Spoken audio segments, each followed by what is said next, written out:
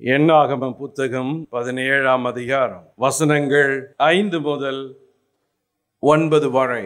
Numbers chapter 17 verses from 5 to 9. வாசிப்போம். அப்பொழுது நான் தெரிந்து கொள்கிறவனுடைய கோல் துளிர்க்கும். இப்படி இஸ்ரவேல் புத்திரர் உங்களுக்கு விரோதமாய் முறுமுறுக்கிற அவர்கள் முறுமுறுப்பை என்னை விட்டு ஒழிய பண்ணுவேன் என்றார். இதை மோசே இஸ்ரவேலின் புத்திரரோடே சொன்னான். அப்பொழுது அவர்களுடைய பிரபுக்கள் எல்லாரும் தங்கள் பிதாக்களுடைய வம்சத்தின்படி ஒவ்வொரு பிரபுவுக்கு ஒவ்வொரு கோலாக 12 கோல்களை அவனிடத்தில் கொடுத்தார்கள். ஆரோனின் கோலும் அவர்களுடைய கோலுடனே இருந்தது. அந்த கோல்களை மோசே சாட்சியின் கூடாரத்திலே கர்த்தருடைய சமூகத்தில் வைத்தான். மறுநாள் மோசே சாட்சியின் கூடாரத்திற்குள் பிரவேசித்த போது, இதோ லேவியின் குடும்பத்தாருக்கு இருந்த ஆரோனின் கோல் துளிர்த்திருந்தது. அது துளிர்விட்டு பூ பூத்து வாதுமை பழங்களை கொடுத்தது. அப்பொழுது மோசே கர்த்தருடைய சமூகத்தில் இருந்த அந்த கோல்களை எல்லாம் எடுத்து இஸ்ரவேல் புத்திரர் எல்லாரும் காண வெளியே கொண்டு வந்தான். அவர்கள் கண்டு அவரவர் தங்கள் தங்கள் கோல்களை வாங்கி கொண்டார்கள். என்னாகம புத்தகத்தில் மிக முக்கியமான சம்பவங்கள் நடந்துள்ளன. அந்த சம்பவங்களிலே இது சற்று வித்தியாசமான சம்பவம். ஒரு கோல் எப்படி ஒரு மனுஷனை தேவனுடைய மனுஷனாக முன்னிறுத்தியது என்பதை இந்த சம்பவம் நமக்கு விளக்குகிறது. என்னாகம புத்தகம் இஸ்ரவேலருடைய பயணங்களை நமக்கு சொல்லுகிற புத்தகம். சுமார் 38 வருஷ சம்பவங்கள், பயணங்கள் இந்த புத்தகத்தில் இருக்கிறது. இஸ்ரவேலர் எகிப்திலிருந்து புறப்பட்டு கானானுக்கு செல்லும் வழியில் 37 வருட சம்பவங்களில் அநேக அற்புதங்கள் நடந்துள்ளன. இதுல 17ஆம் அதிகாரம் ஒரு விசேஷமான சம்பவத்தை சொல்லுகிறது. அந்த அதிகாரத்தில் திரும்ப திரும்ப வருவது ஒரு கோல், ஆரோனுடைய கோல். இஸ்ரவேல் கோத்திரத்தாரின் 12 பிரபுக்களின் சார்பாக 12 கோல். இந்த கோலில் நடந்த ஒரு அங்கீகாரம் தான் தேவன் எப்படி ஒரு மனுஷனோடு கூட இருக்கிறார் என்பதை நமக்கு சொல்லுகிறது. இது வெறும் ஆரோனுடைய வாழ்க்கையில் நடந்த ஒரு சம்பவம் மட்டுமல்ல. ஆரோனை போன்ற தேவனுடைய பிள்ளைகள் எங்கிருந்தாலும் அவர்கள் வாழ்க்கையில் நடக்கிற சம்பவம் இது. இந்த அதிகாரம் 13 வசனங்கள் கொண்ட அதிகாரம். ஆனால் 15 இடங்களில் கோல் கோல் என்று திரும்ப திரும்ப வருகிறது. அதிகபட்சமாக 15 இடங்களில் இந்த கோல் கோல் என்று திரும்ப திரும்ப வருகிறது. ஒரே வார்த்தை, ஒரே பொருள். அந்த ஒரு பொருளில் திரும்ப திரும்ப வேறு எங்கும் இத்தனை அதிகமாய் சொல்லப்படவில்லை. கோல்.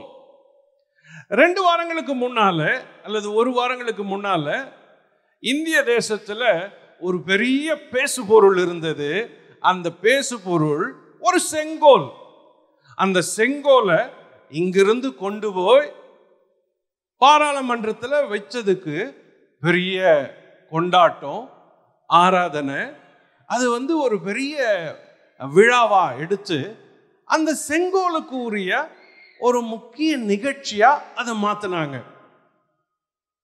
யாரோ என்னைக்கோ கொடுத்துட்டு போன ஒரு செங்கோலை இன்னைக்கும் அதனுடைய முக்கியத்துவமா அதை நினைச்சு அந்த செங்கோல் ஒரு ஞாபகார்த்தமா இருக்குது. ஆரோனுடைய துளிர்த்த கோல் என்பது வேற எங்கும் நடந்துராத ஒரு அற்புதம். சாதாரண ஒரு கோல் துளிர் விட்டு ஆச்சரியத்தை உண்டாக்கியது. இந்த கோல் என்ற அந்த பொருள் பலரோடு தொடர்புடையதாகவும் இருந்திருக்கிறது வேதத்தில். உதாரணத்துக்கு யாக்கோபை எடுத்துக்கொள்ளுங்கள். யாக்கோபு சொன்னார், நான் ஒரு கோலும் ஒரு தடியுமாய் இந்த இடத்தை விட்டு போகிறேன் என்று ஆதியாகமம் 32:10 அவர் சொன்னதாக, ஜெபம் பண்ணதாக வாசிக்கிறோம். இதே யாக்கோபை குறித்து எபிரேய ஆக்கியோன் எழுதும் பொழுது எபிரேயர் 11ஆம் அதிகாரம் 21ஆம் வசனத்தை வாசித்து பாருங்கள். அதிலே யாக்கோபு தன் கோலிலே சாய்ந்து ஜீவனை விட்டான் என்று இருக்கிறது. வாழ்க்கையின் துவக்கம் முதல் முடிவு வரைக்கும் அவருடைய கைகளிலே ஒரு கோல் இருந்தது. அந்த கோல் அவர் வாழ்க்கைக்கு ஆதாரமாய் இருந்தது. அந்த கோல் கடைசி மூச்சு விடும் வரைக்கும் யாக்கோபுக்கு ஆதரவாய் நின்றது. யாக்கோபுக்கு அடுத்த ஆளை பார்த்தால் யூதாவை பற்றி வேதம் சொல்லுகிறது. ஆதியாகமம் 49ஆம் அதிகாரம் 9-10 வாசித்தால் யாக்கோபு யூதாவை ஆசீர்வதிக்கும் பொழுது நியாயப்பிரமாண கர்த்தர் வருமளவும் யூதாவின் செங்கோல் அவனை விட்டு நீங்குவதில்லை என்று சொல்லி ஆசீர்வதிக்கிறார். பாருங்கள், அங்கே ஒரு ஆசீர்வாதம் சொல்லப்பட்டிருக்கிறது. நியாயப்பிரமாண கர்த்தர் வரும் வரைக்கும், நியாயாதிபதியான கர்த்தர் வரும் வரைக்கும், நியாயம் செய்கிற அந்த தெய்வம் வரும் வரைக்கும் யூதாவை செங்கோல் விட்டு நீங்குவதில்லை என்று யாக்கோபு சொல்லி ஆசீர்வதிக்கிறார். அது மட்டுமல்ல, அதன் கோலை பற்றி ஆதியாகமம் புத்தகத்திலே யூதாவின் வாழ்க்கையில நடந்த ஒரு சம்பவம் முக்கிய சம்பவமாக இருக்கிறது. யூதா தாமாரை சந்தித்த போது தன் கையில் இருந்த கோலை கொடுத்தான். அந்த கோலின் நிமித்தம் அவன் திரும்பவும் மாட்டிக்கொண்டான் என்பதை ஆதியாகமம் 38ஆம் அதிகாரம் முழுவதும் வாசித்தால் யூதாவின் தவறுக்கு அடையாளமாக அவனுடைய கைக்கோல் இருந்தது. இப்படி பல இடங்களிலே வாழ்க்கையில் தொடர்புடையதா இருந்தது இந்த கோல். யாத்திராகமம் புத்தகம் வரும் பொழுது இந்த கோலினுடைய மகிமை வேறே விதத்தில் மாறுகிறது. மோசேயின் கையில் இந்த கோல் இருந்தது. தேவன் பார்த்து கேட்டார், உன் கையில் இருப்பது என்ன என்றார். என் கையில் வெறும் கோல் தான் இருக்கிறது, அந்த கோலை கீழே போடு என்றார். அது சர்ப்பமானது. கடைசி வரைக்கும் மோசே அந்த கோலை வைத்திருந்தான். மோசே வனாந்தர வாழ்க்கையில அந்த கோலை வைத்திருந்த பொழுது கன்மலையை பார்த்து பேசு என்று சொன்ன இடத்துல அந்த கோலை வைத்து அடித்திருக்கிறார். கன்மலையிலிருந்து தண்ணீர் புறப்பட்டது. மோசேயின் ஊழியத்திற்கு ஒரு கோல் மிக முக்கியமாக இருந்தது. இதே போல ஆரோனுடைய கோலும் மிக முக்கிய இடத்தை பிடித்திருக்கிறது. ஆரோன் மோசேயினுடைய சகோதரன். ஆரோன் கையிலும் கோல் இருந்தது. இந்த கோல் ஆரோன் கையிலே வைத்திருந்த பொழுது அதையும் தேவன் பயன்படுத்தி பார்வோனுக்கு முன்பதாய் அற்புத அடையாளங்களை செய்தார். இந்த கையில் இருந்த கோலில் ஒரு பாடம் நமக்கு இன்று சொல்லப்பட்டிருக்கிறது. தேவனுடைய பிள்ளைகள் வாழ்க்கையில் ஒரு காரியம் நடக்க தேவன் சித்தம் கொண்டவராய் இருந்தால் எதை வேண்டுமானாலும் எப்படி வேண்டுமானாலும் அதை அவர் துளிர்க்க வைத்து ஆசீர்வதிக்க வல்லவராய் இருக்கிறார். ஹல்லேலூயா. ஆண்டவராகிய இயேசுவின் வாழ்க்கையில இந்த கோல் மிக முக்கியமானதா தொடர்புடையதா இருந்தது. வேதத்தில் நாம் வாசிப்போம், சங்கீதத்தில் வாசித்தால் உமது கோலும் உமது தடியும் என்னை தேற்றும் என்று. இன்னும் பல இடங்களில் வாசிக்கும் பொழுது அப்பம் என்னும் ஆதரவின் கோல் என்று வேதம் சொல்லுகிறது. தண்டிக்கிற கோல் என்று வேதம் சொல்லுகிறது. தேவன் தம்முடைய கைகளில் வைத்திருக்கிற நியாயப்பிரமாண கோல் பல இடங்களில் வாசிக்கிறோம். ஆனால் இங்கே ஆரோனின் கோல் வித்தியாசமான ஒரு காரியத்தை நமக்கு தெரிவிக்கிறது. One miracle will change your life into beauty. தேவனுடைய ஒரே ஒரு ஆசீர்வாதம் உங்க வாழ்க்கையில பெரிய ஆச்சரியத்தையும் அழகையும் கொண்டு வந்து சேர்த்து விடும். Just one miracle, one day, ஒரே ஒரு இரவுல தேவன் அற்புதத்தை செய்யவும் வாழ்க்கையை மாற்றவும் வல்லவரா இருக்கிறார். அததான் இந்த பகுதி நமக்கு சொல்லுகிறது. இந்த அதிகாரத்துல இந்த கோலை குறிச்சு முதல்ல வாசிக்கிறோம். நடுப்பகுதியில இந்த கோல் வைத்த இடத்தை வாசிக்கிறோம். முடிவுல இந்த கோல்ல நடந்தது என்ன என்பதை வாசிக்கிறோம். கவனிங்க, என்னாகமம் 17:2. இஸ்ரவேல் புத்திரரோடு பேசி அவர்கள் பிதாக்களின் வம்சங்களாகிய ஒவ்வொரு வம்சத்தினுடைய பிரபுவினிடத்தில் ஒவ்வொரு கோலாக 12 கோலை வாங்கி அவனவன் கோலில் அவனவன் பெயரை எழுதுவாயாக. லேவியினுடைய கோலின் மேல் ஆரோனின் பெயரை எழுத கடவாய். அவர்களுடைய பிதாக்களில் ஒவ்வொரு வம்சத்த தலைவனுக்காகவும் ஒவ்வொரு கோல் இருக்க வேண்டும். அவைகள் ஆசரிப்பு கூடாரத்திலே நான் உங்களை சந்திக்கும் ஸ்தானமாகிய சாட்சி பெட்டிக்கு முன்னே வைக்க கடவாய். அப்பொழுது நான் தெரிந்து கொள்கிறவனுடைய கோல் துளிர்க்கும். வாங்கினாங்க, கலெக்ட் பண்ணி எடுத்துட்டு போய் ஆசரிப்பு பெட்டி பக்கத்துல வைத்தாங்க. 8ஆம் வசனம் சொல்லுது, இந்த 12 கோலை வச்சு மறுநாளில போய் பார்த்தா சாட்சியின் கூடாரத்துக்குள் மோசே பிரவேசித்த போது இதோ லேவியின் குடும்பத்தாருக்கு இருந்த ஆரோனின் கோல் துளிர்த்திருந்தது. இது ஒரு ஆச்சரியம். அது மட்டும் இல்ல, அந்த துளிர் விட்டு பூ பூத்து வாதுமை பழங்களை கொடுத்தது. இது ஒரு அழகு. It's a spiritual beauty, miracle beauty. சாதாரணமா இருந்த ஒரு கோல் நேத்து வரைக்கும் சாதாரண கோலா இருந்துச்சு.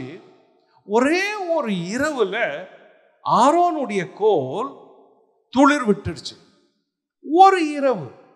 இந்த 2 அதிகாரத்திலையும் 16ஆம் அதிகாரம் 17ஆம் அதிகாரத்தை வாசித்தா நேற்று நடந்தது, இன்று நடந்தது, நாளை நடந்தது. இது 3மே அதுல விஷயங்கள் சொல்லப்பட்டிருக்குது. நேற்று, இன்று, நாளை என்ன என்பதை இதோ ஒரு மனுஷனுடைய வாழ்க்கையிலிருந்து நாம் பாடங்களை கற்றுக்கொள்ள முடியும். What is yesterday? நேற்று என்ன முக்கியம்? நேற்று என்ன நடந்தது என்றால் 16ஆம் அதிகாரம் சொல்லுகிறது, எல்லாருக்கும் போராட்டம், பிரச்சனை, வாக்குவாதம், சண்டை, எதிர்ப்பு, கலவரம், ஒருவருக்கு ஒருவர் முறுமுறுத்தது. இததான் 16ஆம் அதிகாரம் முழுசுமா சொல்லுது. ஒரே போராட்டம். கோராகின் புத்திரரால, மோசேவை எதிர்க்கிறவங்களால அங்க சமாதானமே இல்லை. அப்படி ஒரு போராட்டமா நேற்றெல்லாம் இருந்துச்சு. முதல்ல 250 பேர் இறந்துட்டாங்க. அதுக்கு பிறகு 14,700 பேர் இறந்துடுறாங்க வாதையில. இப்படி சொல்லி முடிக்கிறது 16ஆம் அதிகாரம். வாழ்க்கையில் இப்படிப்பட்ட பிரச்சனைகளை ஒவ்வொருவரும் சந்திச்சிருக்கலாம். நேற்று வரை சந்திச்சிருக்கலாம். நேற்று வரை உங்க பிரச்சனை பெருசா இருக்கலாம். நேற்று வரை உங்களுக்கு விரோதமான பிரச்சனையா இருக்கலாம். உனக்கு பிடிக்காத பிரச்சனை நேற்று வரை நடந்திருக்கலாம். உங்களுக்கு விரும்பாத காரியங்கள் நேற்று வரை நடந்திருக்கலாம். கவனிங்க, தேவன் நேற்றையும் கணக்கில் கொள்ளுகிறவராய் இருக்கிறார். இயேசு கிறிஸ்து இன்று மாறாதவர் என்று வேதம் சொல்லவில்லை. இயேசு கிறிஸ்து நேற்றும் இன்றும் மாறாதவர், நேற்றும் கணக்கில் கொள்ளுகிறவராய் இருக்கிறார். இயேசு கிறிஸ்து நமக்காக முன்கூட்டியே எல்லாவற்றையும் கண்டு ஆயத்தப்படுத்துகிறவராய் இருக்கிறார். திடீர்னு ஆண்டவர் உங்க வாழ்க்கையில் எதுவும் செய்யறது இல்லை. நேற்று உங்க வாழ்க்கையில என்ன நடந்ததுன்னு அவருக்கு தெரியும். உங்க வாழ்க்கையில கடந்த காலத்தின் காயங்கள், வருத்தங்கள், புகைச்சல்கள், உங்களுக்கு இருக்கிற எல்லா விதமான மன உளைச்சல்களை அறிந்த ஒரு தேவன் இருக்கிறார் என்பதை மட்டும் புரிஞ்சு கொள்ளுங்கள். ஆரோனுடைய கோல் துளிர்க்கிறதுக்கு காரணம் நேற்று நடந்த பிரச்சனை. என்ன பிரச்சனை நடந்துச்சு? ஆரோன் மட்டும்தான் ஆசாரியனா? ஆரோன் மட்டும்தான் செய்யணுமா? ஏன் நாங்கெல்லாம் செய்ய முடியாதா? ஆரோன் மட்டும்தான் இதை நடத்தணுமா? நாங்கெல்லாம் நடத்த முடியாதா? அப்படின்னு கோராகின் கூட்டத்தார் அவனுக்கு விரோதமா எழும்பினாங்க. இதை தேவன் கவனிச்சு கேட்டார். இது பெரிய பிரச்சனையாச்சு. யோசித்து பாருங்க, 250 பேர் எழுந்து நின்று ஆரோனுக்கு விரோதமா நிற்கிறாங்க. மோசேக்கு விரோதமா நிக்கிறாங்க. விரோதமா எழும்புற கூட்டங்கள் உங்களுக்கு முன்னால நிக்கிறப்ப தேவன் அதை பார்க்கிறாரு. எல்லா இடங்களிலும் அருமையானவங்களே, இன்னைக்கு காலையில கர்த்தர் உங்களுக்கு சொல்றாரு, உங்களுக்கு விரோதமா எழும்பி நிற்கிறவர்களை தேவன் பார்க்கிறாரு. ஒருவேளை அந்த விரோதமா எழும்புறவங்க உங்க கண் காணாத இருக்கலாம், ஆனால் உங்களுக்கு தெரியாத அவங்க எழும்பி இருக்கலாம். உங்களுக்கு விரோதமா பேசுறவங்களுடைய வார்த்தைகளை நீங்க கேட்காத இருக்கலாம், ஆனா அவங்க உனக்கு விரோதமா உன்னை பத்தி தான் பேசிட்டு இருக்கிறாங்க. அப்படிப்பட்டவங்களை தேவன் அறிஞ்சிருக்கிறார். கோராகின் கூட்டத்தார் மோசேக்கு விரோதமா எழும்புறாங்க, ஆரோனுக்கு விரோதமா எழும்புனாங்க. இப்போ இஸ்ரவேலும் அவருக்கு விரோதமா முழு கூட்டமும் எழும்பிருச்சு. முடிவு என்ன? மரணம். முடிவு என்ன? வாத. முடிவு என்ன? சோகம். முடிவு என்ன? பயம். இன்னும் இருக்கிறவங்களெல்லாம் சாகடிக்க வந்தீங்களா, நாங்களாம் செத்து போயிடுவோமோ அப்படின்ற முடிவுக்கு வந்தாங்க. இந்த சூழ்நிலையில தான் இன்று தேவன் ஒரு காரியத்தை சொல்றாரு. கர்த்தர் மோசேயை நோக்கி, ஒவ்வொரு கோத்திரத்துக்கு ஒரு ஆள் தலைவன் இருக்கிறான்ல, அவனுடைய சார்பா கோலை வாங்கு, எல்லா கோல்களையும் சேர்த்து போய் நீயும் நானும் மீட் பண்ணுவோமே, அந்த இடத்துல இந்த கோல்களை வை அப்படின்னு சொல்றாங்க. கவனிங்க, 4ஆம் வசனம் சொல்லுது, அவைகளை ஆசரிப்பு கூடாரத்திலே நான் உங்களை சந்திக்கும் ஸ்தானமாகிய சாட்சி பெட்டிக்கு முன் வைக்க கடவாய். வைக்கிற இடம் பாருங்க. இன்னைக்கு என்ன செய்யறாரு மோசே? அந்த 12 கோல்களையும் சாட்சி பெட்டிக்கு முன்னால வைக்கிறாரு. ஒரு சரண்டர் லைஃப் அது குறிக்குது. ஆண்டவரே, இனிமே இந்த பிரச்சனை என்னால முடியாது, நீங்க தான் பார்த்துக்கணும். இனிமே இது என்னால கையாள முடியாது, நீங்க தான் பார்க்கணும் என்று சொல்லி தேவனுடைய கூடாரத்துல கொண்டு வந்து வச்சுட்டாங்க. இன்று உங்களுக்கு இருந்த ஒரே இடம் என்ன தெரியுமா?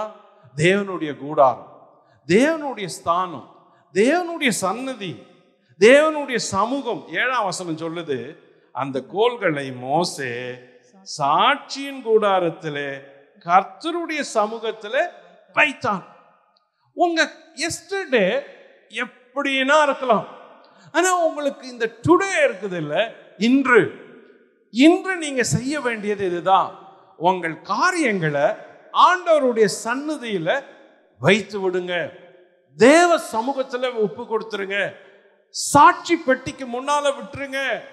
சாட்சி பெட்டி என்பது தேவன் வாசம் பண்ணுகிற இடம், பேசுற இடம், கவனிக்கிற இடம், நீயும் நானும் சந்திக்கிற ஸ்தானம் என்று மோசேக்கு தேவன் சொல்றாரு. அப்போ நீங்கள் தேவனை சந்திக்கிற இடத்துல உங்க பிரச்சனையை கொண்டு வந்து வச்சிருங்க. உங்களுடைய காரியங்களை அவர் சமூகத்துல வைத்துக்கொள். தேவன் உன்னை சந்திக்கும் காலத்தை நீ அறிஞ்சிருக்கிற, நேரத்தை அறிஞ்சிருக்கிற, இடத்தை அறிஞ்சிருக்கிற, கொண்டு வந்து வச்சிரு அப்படின்னு சொல்றாரு. ஒரு நாள் ஆச்சு. வசனம் சொல்லுது, 8ஆம் வசனம், மறுநாள் நாளை என்ன நடக்கும்? என்ன நடந்துச்சுன்னா, ஆரோனின் கோல் துளிர்த்திருந்தது. ஆரோனின் கோல் துளிர்த்திருந்தது. Is a miracle. எங்கிருந்து வந்துச்சு இந்த அற்புதம்? ஒரு சரண்டர் லைஃப்ல இருந்து ஒரு மிரக்கல் லைஃப் ஆரோனுக்கு நடந்துச்சு. ஒரு சரண்டர் லைஃப் உங்க வாழ்க்கையில ஒரு மிரக்கல் லைஃப கொண்டு வருது. தேவ சமூகத்துல உங்களை ஒப்பு கொடுக்கும் பொழுது, தேவனுடைய சன்னிதானத்துல உங்களை அர்ப்பணிக்கும் பொழுது, எல்லா காரியத்தையும் கர்த்தர் கடையில ஒப்பு கொடுத்து, ஆண்டவரே இது என்னால முடியாது, என்னால இனி முடியாதுன்னு நீங்க சொல்லி கர்த்தரிடத்துல ஒப்பு கொடுக்கும் பொழுது, தேவன் அந்த பிரச்சனைய அற்புதமா மாற்றி உனக்காக நிற்கிறாரு. நான் தெரிந்து கொண்டவனின் கோல் துளிர்க்கும். 5வது வசனத்தை கவனிங்க. நான் தெரிந்து கொள்ளுகிறவனுடைய கோல் துளிர்க்கும். அப்போ தேவன் யாரை தெரிஞ்சு கொள்றாரோ அவங்க கோல் துளிர்க்குது. அந்த மனுஷனுக்கு ஒரு மிரக்கல் நடக்குது. இதுதான் உங்க வாழ்க்கையிலையும் ஆண்டவர் எதிர்பார்க்கிறாரு. 1000 பிரச்சனைகள் உங்களை சூழ்ந்திருந்தாலும், 1000 காரியங்கள் உங்களுக்கு பின்னால நடந்தாலும், 1000 காரியங்கள் சுமக்க முடியாம நீங்க தவிச்சாலும் தேவ சமூகம் தான் உங்களுக்கு லகுவான இருதயத்தை, அமைதலுள்ள இருதயத்தை கொடுக்க முடியும். இந்த 17ஆம் அதிகாரம் இல்ல, எல்லா ப்ராப்ளத்தையும் ஆஃப் பண்ணி போட்டுச்சு. ஜஸ்ட் ஒன் டே, ஒரு நாளைக்கு முன்னாடி வரைக்கும் ஒரே கொந்தளிப்பு, ஒரே எதிர்ப்பு, ஒரே மரணம், ஒரே எதிராளிகளின் கூட்டம். ஆனால் இன்னைக்கு இல்ல, எல்லாம் சுவிட்ச் ஆஃப், எல்லாம் அமைதியாயிருச்சு, சைலண்டா இருக்கு. காரணம் என்ன தெரியுமா? அவங்க இருக்கிற இடம், கர்த்தருடைய சமூகம், கர்த்தருடைய இடம், கர்த்தருடைய சந்நிதி, தேவனுடைய பெட்டி, ஆசரிப்பு கூடாரம், தேவன் சந்திக்கிற இடம். அந்த இடத்துல நீங்கள் நின்றால், அந்த இடத்துல நீங்க சரண்டர் பண்ணால், அந்த இடத்துல நீ உன் காரியத்தை ஒப்பு கொடுத்தா, தேவன் உனக்காக நிக்கிறவராய் இருக்கிறாரு. ஹல்லேலூயா! தேவன் உனக்காக நிற்பாரு, உன் ஒருத்திக்காக நிற்பாரு, உன் ஒருவனுக்காக நிற்பாரு, ஒரு மனுஷனுக்காக நிற்பாரு. ஆரோனுக்காக நின்னது போல உனக்காக நிற்க வல்லவர் தேவனாய் இருக்கிறார். என்னைக்கும் நிற்பாரு, எப்போ நிற்பாரு. அப்போ ஒரு கிறிஸ்டியன் லைஃப்ல, ஒரு கிறிஸ்தவனுடைய வாழ்க்கையில தேவ சந்நிதி ரொம்ப முக்கியம்.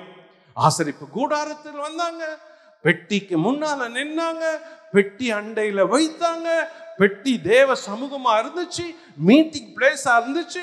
அப்போ இந்த 5ஆம் வசனம் 7ஆம் வசனம் இதெல்லாம் சொல்லுது, ஒரே ஒரு இடம் தான் அவங்களுக்கு பிரச்சனையை தீர்த்து கொடுத்துருச்சு. வேற எங்க போனாலும் கிடைக்காது, வேற எங்க சுத்தினாலும் கிடைக்காது. நீ தேடும் நிம்மதி தேவனுடைய சமூகத்துல, தேவனுடைய ஆலயத்துல இருக்குது. நீ தேடும் சுகம் தேவனுடைய ஆலயத்துல, தேவனுடைய சந்நிதியில, தேவனுடைய பெட்டி அண்டையில, தேவனுடைய வசனத்தண்டையில இருக்குது. நீங்கள் என்ன தேடுறீங்களோ அது இங்க இருக்குது. அந்த இடத்துக்கு வாங்க. Surrender your problem, surrender your pain, surrender your murmuring. உங்க பிரச்சனைய தேவ சமூகத்துல சாட்டி விடுங்க. அப்போ ஆண்டவர் உங்களுக்கு ஒரு புது காரியத்தை வச்சிருப்பாரு. 5 காரியங்கள் இந்த பகுதியில் ஆச்சரியத்தை உண்டாக்குது. Number 1, from angry to blessing. What is that miracle in your life? இந்த 17ஆம் அதிகாரம் சொல்லுது from angry to blessing. தேவனுடைய கோபத்திலிருந்து தேவனுடைய ஆசீர்வாதம் உனக்கு கிடைக்கும். தேவனுடைய சமூகத்தில் வந்தா, கர்த்தருடைய சமூகத்தில் உட்கார்ந்தா, தேவாலயத்துக்கு நீ வந்தா, ஆண்டவர் இருக்கும் ஸ்தலத்தில் இருந்தா, தேவ சமூகத்தில் உட்கார்ந்து ஆண்டவருக்கு ஒன்று அர்ப்பணிக்கும் பொழுது உனக்கு ஒரு காரியத்தை ஆண்டவர் செய்கிறாரு. அவருடைய கோபத்திலிருந்து அவருடைய ஆசீர்வாதத்துக்கு உன்னை மாற்றுகிறார்.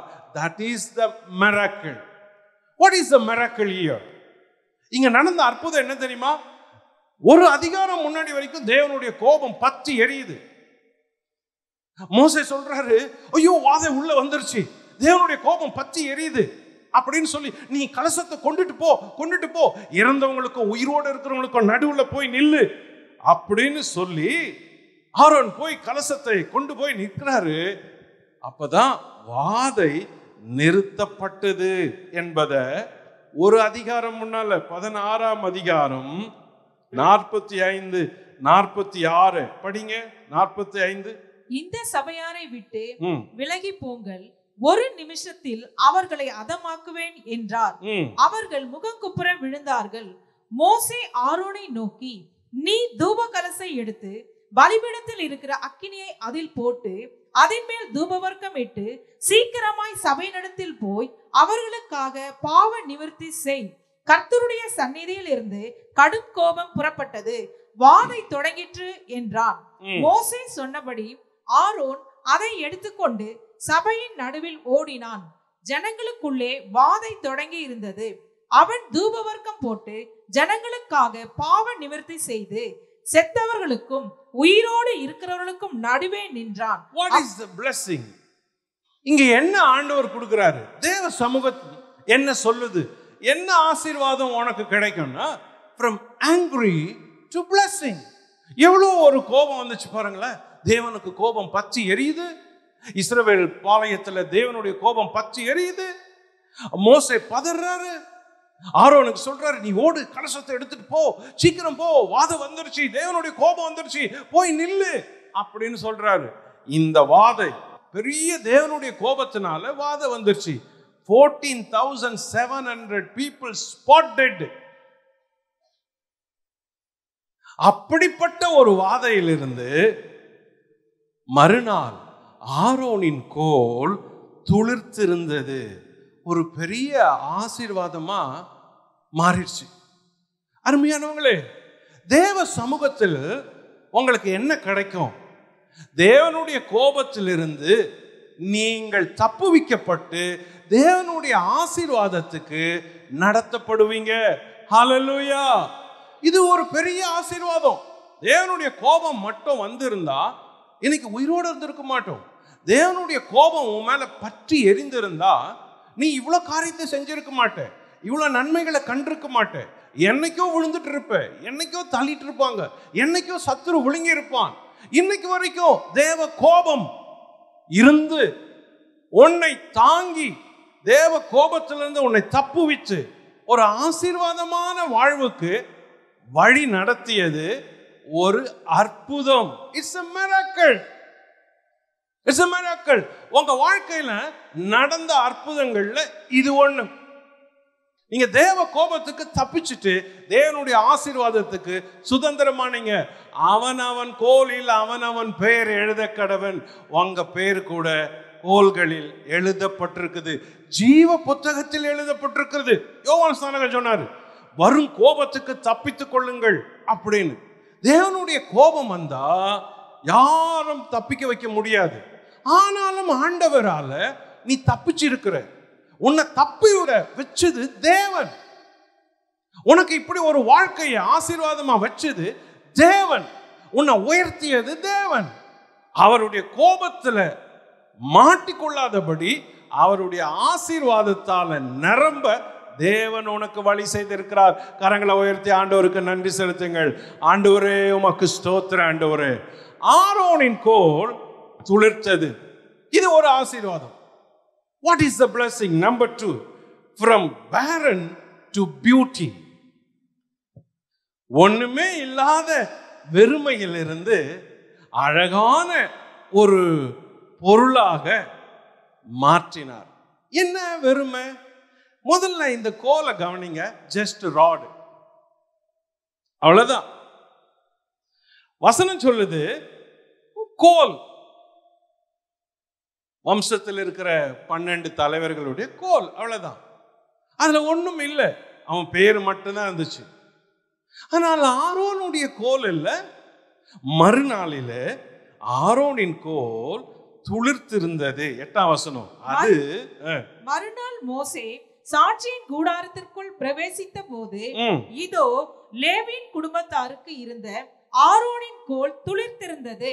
அது துளிர்விட்டு பூ பூத்து வாதுமை பழங்களை கொடுத்தது. What is the beauty? இது என்ன அழகு பாருங்க. சாதாரண கோலா இருந்துச்சு, barren rod, அதுல ஒண்ணுமே இல்லை, ஜஸ்ட் கோல். அது மாதிரி தான் நாம இருந்தோம், அது மாதிரி தான் நீங்க இருந்தீங்க. ஜஸ்ட் கோல், ஜஸ்ட் ராட், ஜஸ்ட் மேன். ஏதோ வாழ்றேன், ஏதோ இருக்கிறேன், ஏதோ நடக்கிறேன், ஏதோ செய்யறேன். அதுல எந்த ஒரு பியூட்டியுமே இல்லை. ஒரு கோலை மாதிரி ஒண்ணுமே இல்லாத பேரன் ராடா இருந்தோம். தேவன் இல்ல, நம்மளை ஆசீர்வதிச்சு பியூட்டிஃபுல் ராடா மாத்துறாரு. எப்படி? அந்த கோல் துளிர்த்திருந்தது, அந்த கோல் பூ பூத்தது. See that? பூ பூத்தது. ஒரு கோல் பூ பூத்து பழங்களை விடும்படி ஒரே ஒரு இரவு miracle, one day miracle, one night miracle. ஆண்டவர் அப்படிதான் நம்மளை மாத்தி இருக்கிறாரு. ஆண்டவர் அப்படிதான் உன்னை மாத்தி இருக்கிறாரு. நீ வாழ்க்கப்படாத ஒரு இஸ்ரவேல் குமாரத்தியா இருந்த, வாழ்க்கை சபிக்கப்பட்ட ஒரு இஸ்ரவேல் குமாரனா இருந்த, சீயோன் குமாரத்தியே, உன் கழுத்துல எத்தனை கட்டுகள் இருந்தது தெரியுமா? அந்த கட்டுகளை எல்லாம் அறுத்த தேவன் ஒரு பேரன் லைஃப்ல இருந்து ஒரு பியூட்டி லைஃபுக்கு உன்னை மாத்தினாரு. அதுதான் உன் வாழ்க்கையில கிடைச்ச 2வது ஆசீர்வாதம். It's a blessing miracle. It's a blessing miracle. தேவ சமூகத்துல வா, ஆண்டவர் உன்னை அழகாக்குவார். தேவ சமூகம் தான் உன்னை அழகாக்கும். தேவ சமூகம் தான் உன்னை உருவாக்கும். தேவனுடைய பெட்டி, தேவனுடைய கூடாரம், தேவனுடைய சந்நிதி, தேவனுடைய சமூகம். இந்த ரகசியத்தை மோசேயும் ஆரோனும் அன்னைக்கு கண்டுபிடிச்சாங்க. இந்த ரகசியத்தை நீ இன்று கண்டுகொள். இந்த வாழ்க்கையில ஒரே ஒரு ரகசியம் தான், இந்த காட்ஸ் பிரசன்ஸ், காட்ஸ் பிளேஸ்.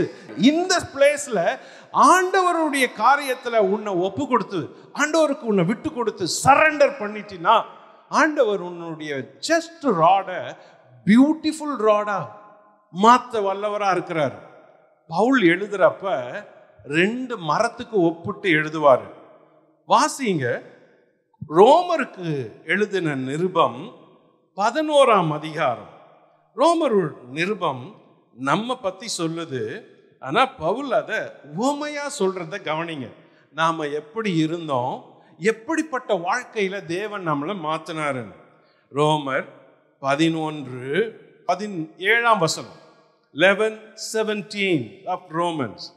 சில கிளைகள் முறித்து போடப்பட்டிருக்க காட்டொலிவ மரமாகிய நீ அவைகள் இருந்த இடத்தில் ஒட்ட வைக்கப்பட்டு ஒலிவ மரத்தின் வேருக்கும் சாரத்துக்கும் உடன் பங்காளிகளாய் இருந்தாயானால். அங்க பாருங்களேன், காட்டொலிவ மரம் போல இருந்த நீங்க ஒலிவ மரத்தின் கிளையோட வெட்டி ஒட்டப்பட்டிருக்கிறீங்க. 2 மரத்தை அவர் சொல்றாரு, திரும்ப திரும்ப சொல்றாரு. ஒரு மரம் காட்டொலிவ மரம். காட்டொலிவ மரம் எப்படி இருக்கும்? ரஃப்பா இருக்கும், முள்ளா இருக்கும், தொடவே முடியாது.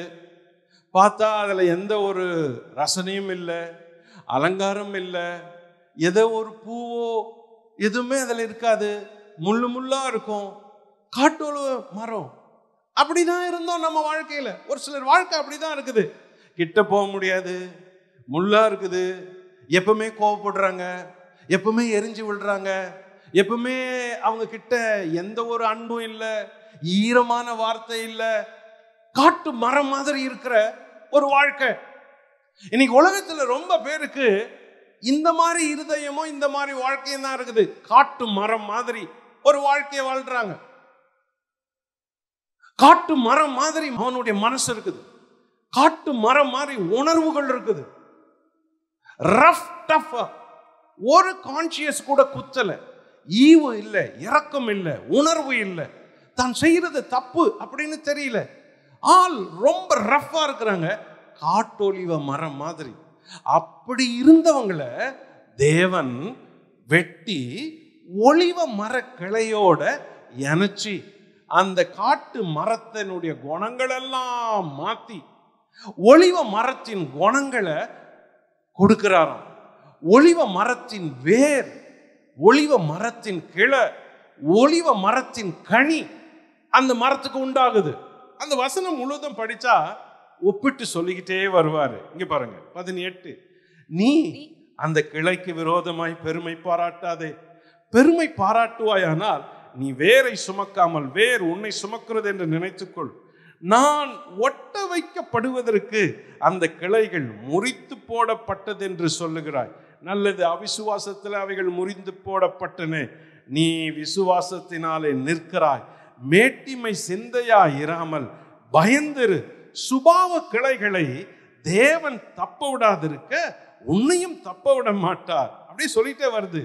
அன்றியும் அவர்கள் அவிசுவாசத்தினால் நிலைத்திராதிருந்தால் அவர்களும் ஒட்ட வைக்கப்படுவார்கள். 23. அவர்களை மறுபடியும் ஒட்ட வைக்கிறதுக்கு தேவன் வல்லவராயிருக்கிறாரே. ஹல்லேலூயா. என்ன சொல்றாரு பவுல்? பாரு, இந்த மனுஷன் மாறவே மாட்டான், இந்த கூட்டம் மாறாது அப்படின்னு தானே சொல்ற. தேவன் இல்ல, இந்த காட்டொலிவ மரத்தை கூட வெட்டி, சுபாவ கிளைகளை வெட்டி, அவன் பிறவியே அப்படிதான், அவன் குணமே அப்படிதான், அவன் மாறவே மாட்டான்னு நீ முடிவு பண்ணிட்டல்ல. அப்படிப்பட்ட சுபாவ கிளைகளை கூட வெட்டி காட்டு ஒலிவ மரத்தை அந்த மரத்தை மாத்தி ஒலிவ மரத்தோட இணைச்சா அந்த ஒலிவ மரத்தின் மகிமைய வாசனைய இந்த காட்டு ஒலிவ மரம் பெறும். அப்படி செய்யறதுக்கு தேவன் வல்லவரா இருக்கிறாரு. அல்லேலூயா. ஆமா, தேவன் வல்லவரா இருக்கிறாரு. நீங்க நம்புறீங்களா உங்க காட்டு ஒலிவ மரம் மாறும்னு? உங்களுக்கு விசுவாசம் இருக்குதா உங்க வீட்டுல இருக்கிற காட்டு ஒலிவ மரத்தை தேவன் மாத்துவாருன்னு? அப்படிப்பட்ட ஒரு அற்புதம் நடக்கும்னு நம்புறீங்களா? தோ ஆர்டினரி ரோட்ஸ், சாதாரண கோல் தான் எல்லாமே. தேவ சமூகத்துல ஒருவனுடைய கோல், தேவன் தெரிந்து கொண்ட கோல், ஆரோனுடைய கோல் ஒரே இரவுல பூத்து துளிர் விட்டு பழம் காய்ச்சுது. என்ன அழகா இருக்கு அந்த கோலில். இப்போ துளிர் இருக்கு, அந்த கோலில் பூத்து துளிர் விட்டு காய் பழம் எல்லாமே இருக்கு. 3 வகையா சொல்லுது அந்த கோல்ல. அந்த கோலுடைய அற்புதத்தை கவனிங்க. அந்த கோல்ல என்ன இருக்குது? ஆரோனுடைய கோல் துளிர் விட்டு பூ பூத்து வாதுமை பழங்களை கொடுத்தது. Listen, the 3 step. துளிர் விட்டு பூ பூத்து பழம் பழுத்தது. It's a very beautiful life. கர்த்தர் அப்படிப்பட்ட ஒரு பியூட்டிஃபுல் லைஃப, அலங்கார வாழ்க்கைய உனக்கு வச்சிருக்கிறாரு. அந்த வாழ்க்கைய தெரிந்து கொள்ளப்பட்டவங்களுக்கு வச்சிருக்கிறாரு. நீங்கள் ஆண்டவருடைய பிள்ளையானால் காட்டொலிவ மரம் போல இருக்கிற ஒரு மகளா இருந்தா உங்களை ஒலிவ மரத்தின் கிளையோடு இணைச்சி உங்களுடைய மரம் பூத்து குலுங்கி பழுக்கும் அளவுக்கு தேவன் அழகுள்ளவரா மாற்ற வல்லவரா இருக்கிறாரு. ஹல்லேலூயா. அது நடக்கும். இதை செய்ய தேவன் வல்லவரா இருக்கிறாரு. கரங்களை உயர்த்தி சொல்லுங்க, ஆண்டவர் இதை செய்ய வல்லவரா இருக்கிறாரு. என் வாழ்க்கையில் இருக்கிற காட்டொலிவ மரம் மாறும். என் வீட்டில் இருக்கிற காட்டொலிவ மரம் மாறும். ஆண்டவர் செய்ய வல்லவரா இருக்கிறாரு. தேவன் இதை செய்ய வல்லவரா இருக்கிறாரு. வல்லவரா இருக்கிறார், வல்லவரா இருக்கிறாரு. From bad to beauty, it's a miracle. Number 3, from wilderness to tabernacle. வனாந்தரத்திலிருந்து கூடாரத்துக்கு வந்த வாழ்க்கை ஒரு ஆசீர்வாதம். என்ன நடந்துச்சு? 16ஆம் அதிகாரம் வனாந்தரத்தை சொல்லுது. 38 வருஷமா வனாந்திர வாழ்க்கையை சொல்லுது. 39 வருஷமா வனாந்திர வாழ்க்கையை சொல்லுது. 40 வருஷமா வனாந்திர வாழ்க்கையை சொல்லுது. இதுல பலர் வாழ்ந்தான், செத்துட்டான், வாதையில செத்துட்டான், கோபத்துல செத்துட்டான், வழியில செத்துட்டான், பஞ்சத்துல செத்துட்டான். வனாந்திர வாழ்க்கையில் இருந்து தேவன் ஒரு மனுஷனுக்கு ஆசீர்வாதமான வாழ்க்கையை கொடுக்கிறாரு. What is that beautiful miracle in your life? வனாந்திரமான வாழ்க்கையிலிருந்து ஆசரிப்பு கூடார தண்டைக்கு உள்ளே வந்து உன் கோல் வைக்கப்பட்டதே, அது ஒரு ஆச்சரியமான ஆசீர்வாதம். ஆச்சரியமான ஆசீர்வாதம். It's a marvelous beauty. From wilderness to tabernacle. வனாந்திரத்தில் அலைஞ்சு திரிஞ்சவங்களுக்கு ஒரே ஒரு ரெஸ்டிங் பிளேஸ் எங்க தெரியுமா?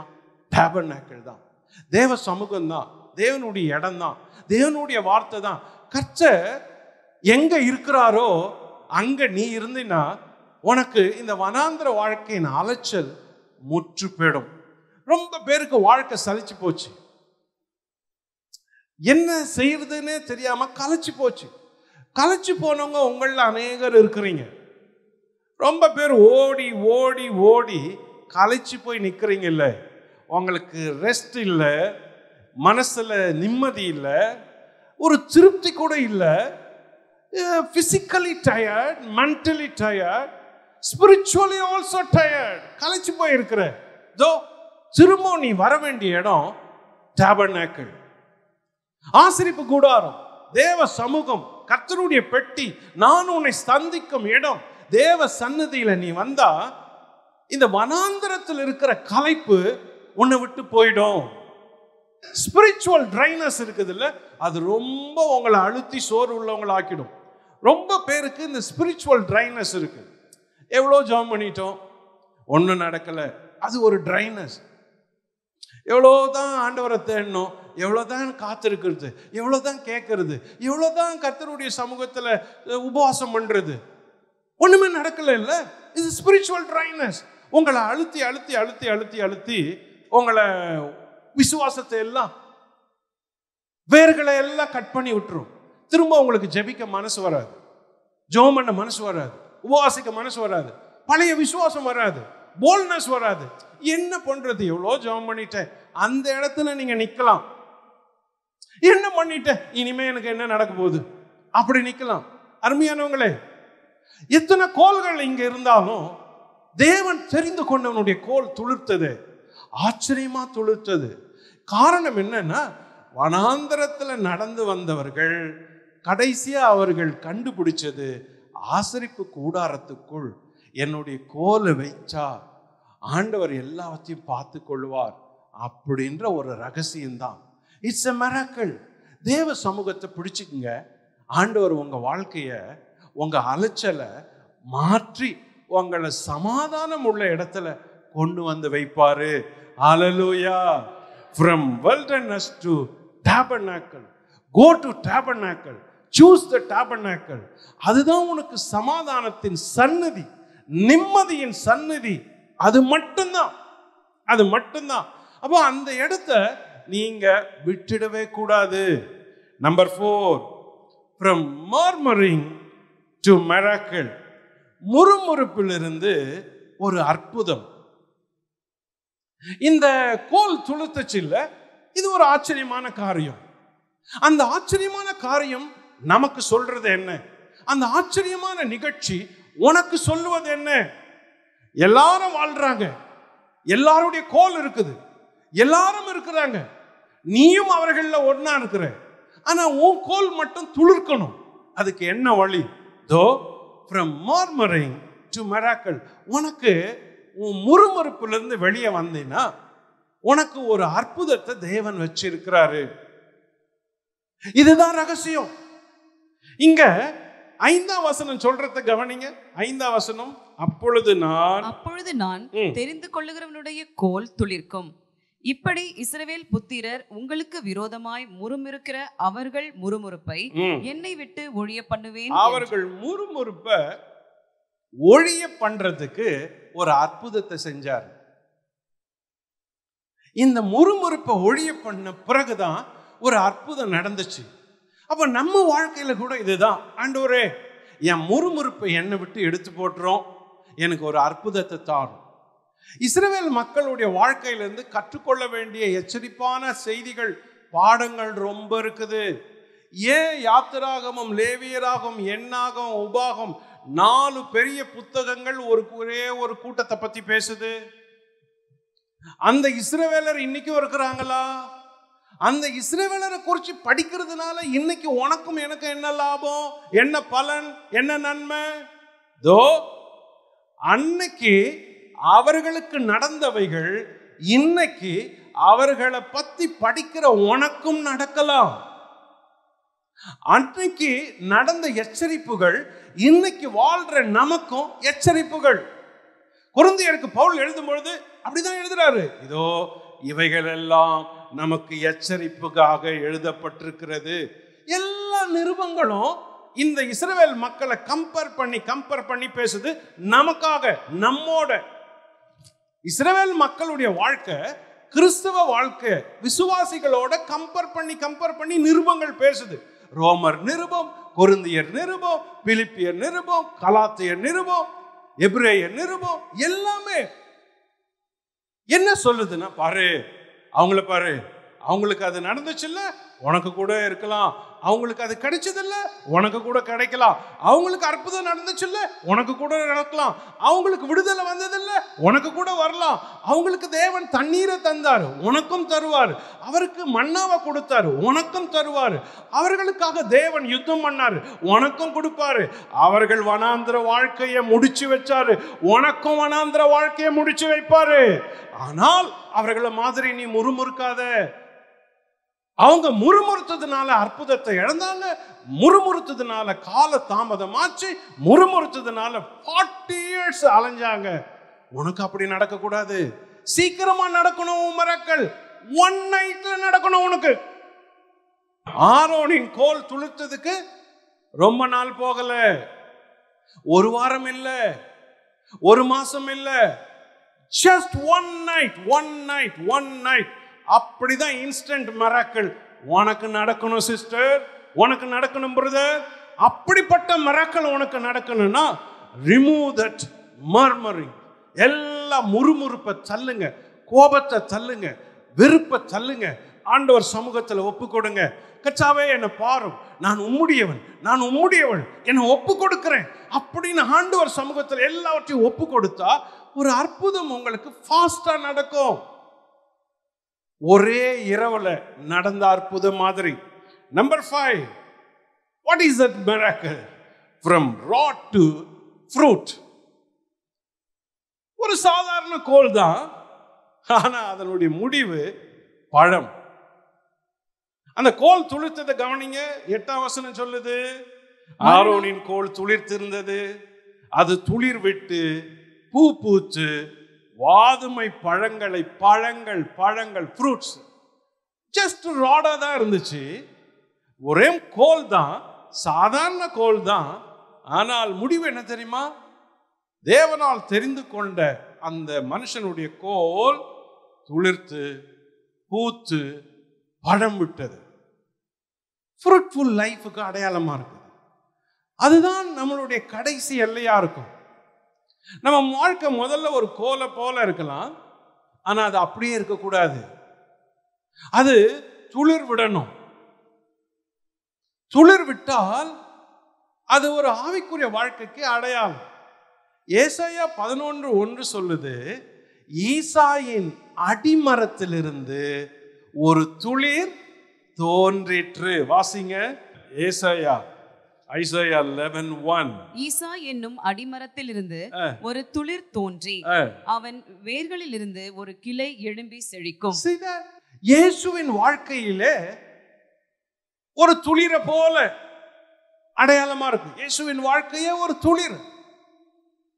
நமக்கு கூட அப்படிதான். ஈசாயின் அடிமரம் ஒண்ணுமே இல்லாத குடும்பம் இருந்துச்சு. the last boy ஆண்டவர் எடுத்து ஒரு துளிரை அங்க வர வச்சாரு. அந்த முழு குடும்பமும் அலங்காரம் ஆயிடுச்சு. அருமையானவங்களே, உங்க வாழ்க்கையில the beginning எது தெரியுமா? அந்த துளிர் தான். சாதாரண கோலை போல நீ இருக்கலாம், ஆனா உன் கோல் துளிர்க்கணும். ஏன்னா நீ தேவனால் தெரிந்து கொள்ளப்பட்ட குமாரன், தேவனால் தெரிந்து கொள்ளப்பட்ட குமாரத்தி. உன் பெயர் ஜீவ புத்தகத்தில் எழுதி இருக்கிறது. இந்த கோல் துளிர் விட்டதுக்கு எதுக்கு அடையாளம்னா, it's your growth in your spiritual life. கடைசியா இந்த கோல் என்ன சொல்லுதுன்னா, ஆவிக்குரிய வாழ்க்கையில நீ வளர்ந்துக்கிட்டே இருக்கணும். அதுங்க எங்க போய் முடியணும்னா, கனி பழங்கள் வர வரைக்கும் நீ வளர்ந்துக்கிட்டே இருக்கணும்.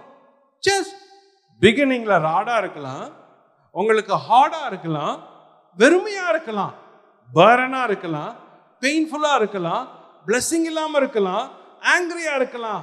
ஆனாலும் உன்னுடைய கோல் துளிர்க்கணும். முதல்ல துளிர்த்து பூ பூத்து காய் காய்ச்சி பழம் வளர்க்கணும். இந்த growth இருக்குது இல்ல, அதை நிறுத்திடக்கூடாது. என் செய்தியின் முடிவு இதுதான்.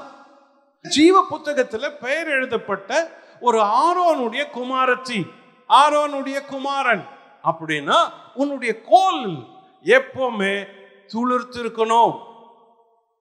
இந்த கோலில் பின்னாட்கள்ல பத்திரப்படுத்தி வச்சிருந்தாங்க.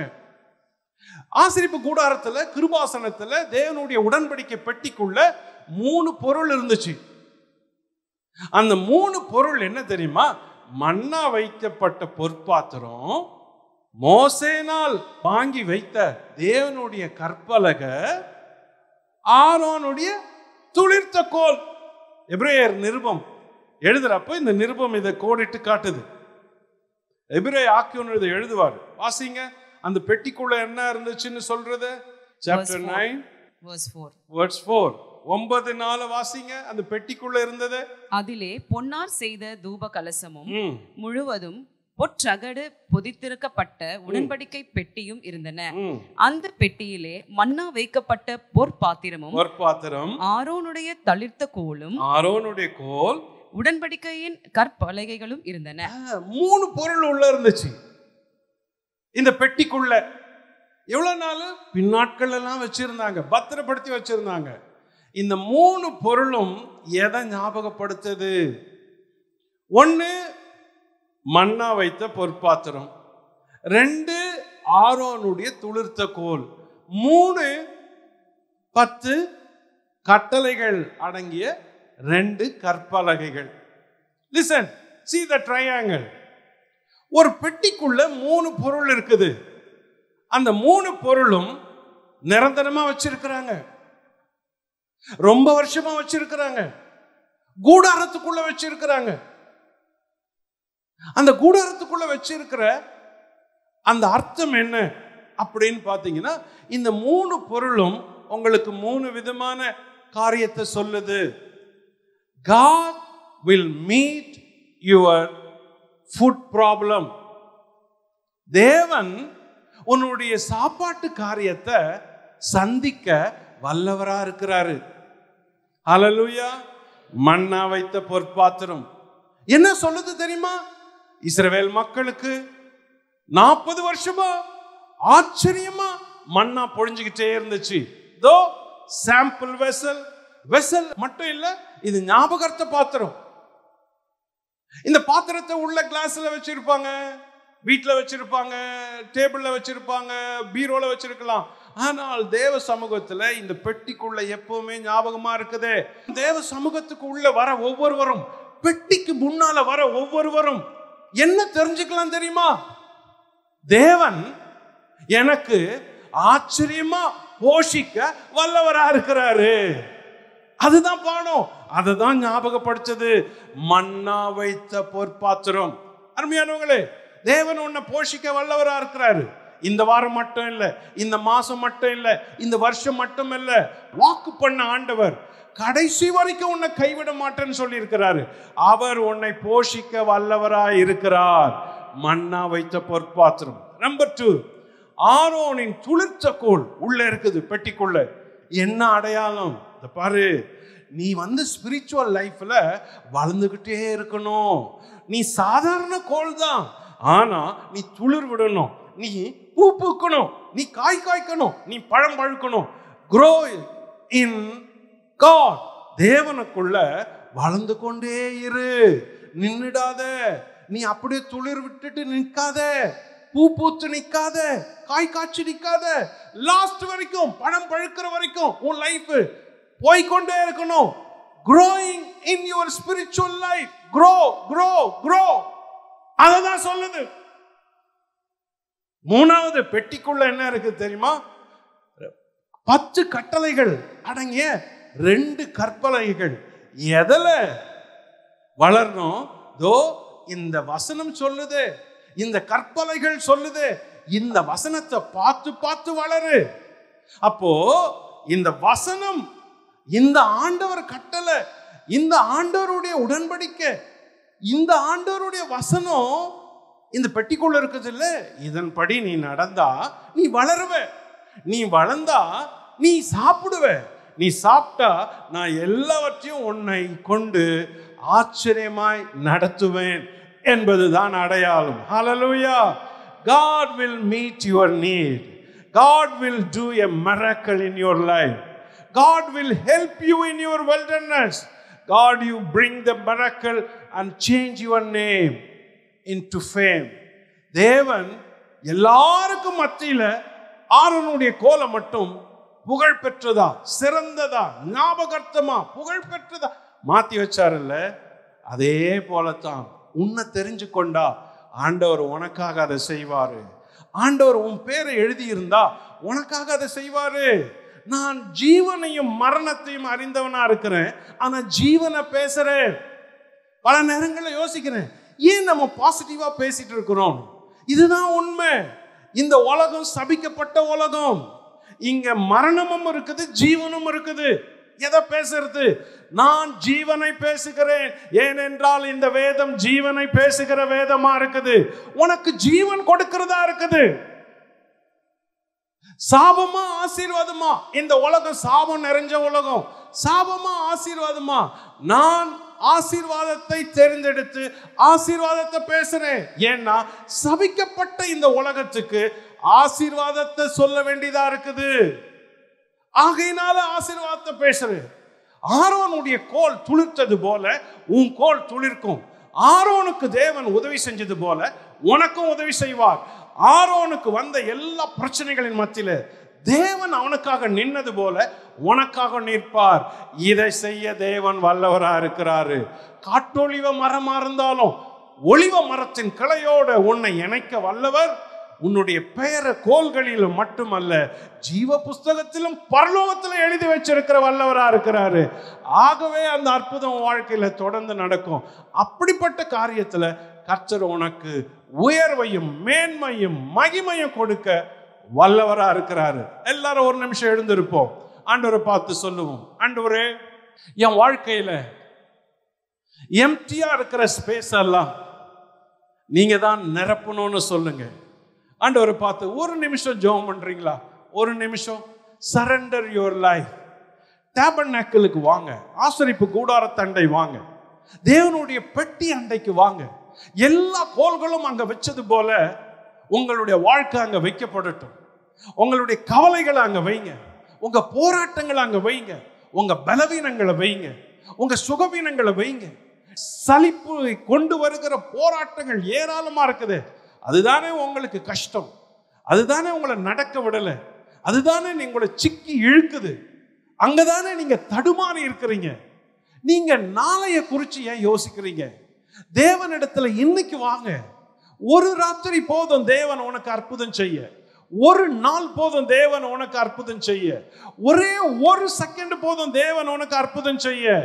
அற்புதம் செய்யற ஒரு தேவனை பிடித்துக்கொள். உன்னை சரண்டர் பண்ணு, சப்மிட் பண்ணு, ஹம்பிள் பண்ணு, தாழ்த்து, உடைச்சு ஆண்டவரத்துல ஒப்புக்கொடு. ஆண்டவரே என்னை பாரும், ஆண்டவரே என்னை ஏற்றுக்கொள்ளும், ஆண்டவரே என்னை அர்ப்பணிக்கிறேன், நான் ஒன்றும் இல்லை, நீர்தான் பெரியவர், என் வாழ்க்கையை மாற்ற உம்மால தான் முடியும், நான் பேரனா இருக்கிறேன், என்னை ஃப்ரூட்ஃபுல்லா மாத்துங்க, என்னை ஃபில் பண்ணுங்க, என்னை பிளஸ் பண்ணுங்க லார்ட். நான் ஆர்டினரியா இருக்கிறேன், என்னை எக்ஸ்ட்ராடினரியா மாத்துங்க. நான் நேச்சுரலா இருக்கிறேன், என்னை சூப்பர் நேச்சுரலா மாத்துங்க ஆண்டவரே அப்படின்னு நீர் கேட்பாயானால் கர்த்தர் உனக்கு அப்படியே செய்ய வல்லவரா இருக்கிறாரு. கர்த்தர் உனக்கு வாக்கு பண்ணதை நிறைவேற்ற வல்லவரா இருக்கிறாரு. அவர் உனக்கு சொன்னதை செய்யும் அளவும் உன்னை கைவிட மாட்டேன்னு சொல்லி இருக்கிறாரு. ஹல்லேலூயா.